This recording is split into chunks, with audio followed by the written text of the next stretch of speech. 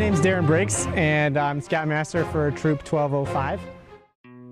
My story about scouting is that scouting really, for me as a young man, did a couple things.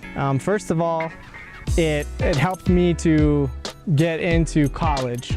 I decided that when I was about 13 that I wanted to go to the Naval Academy, and my dad said, you know, that's a pretty ambitious goal. You better make sure that you work hard for that and do all the things that you need to do in order to get there. And one of those things was to become an Eagle Scout. When I was applying through my congressional office, there were 10 of us essentially for 2 open spots. The 2 of us who ended up getting the 2 primary spots were both Eagle Scouts.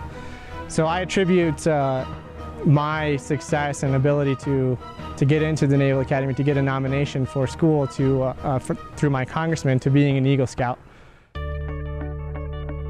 The company contacted me and asked me to have an interview with them, and I had my first interview over the phone, and then I had a second interview, and the second interview ended up being with the director of personnel hiring and he basically said, based on the fact that you're an Eagle Scout and that you've gone to the Naval Academy, I know I can trust your work ethic and your character, and they hired me without having to have the 3rd or 4th interview that they normally have.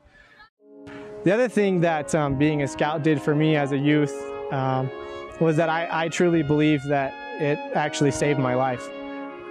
My parents ended up getting divorced when I was younger. I was about 13. And I had an older brother who had committed suicide. And as a result, we had kind of a little bit of a broken family.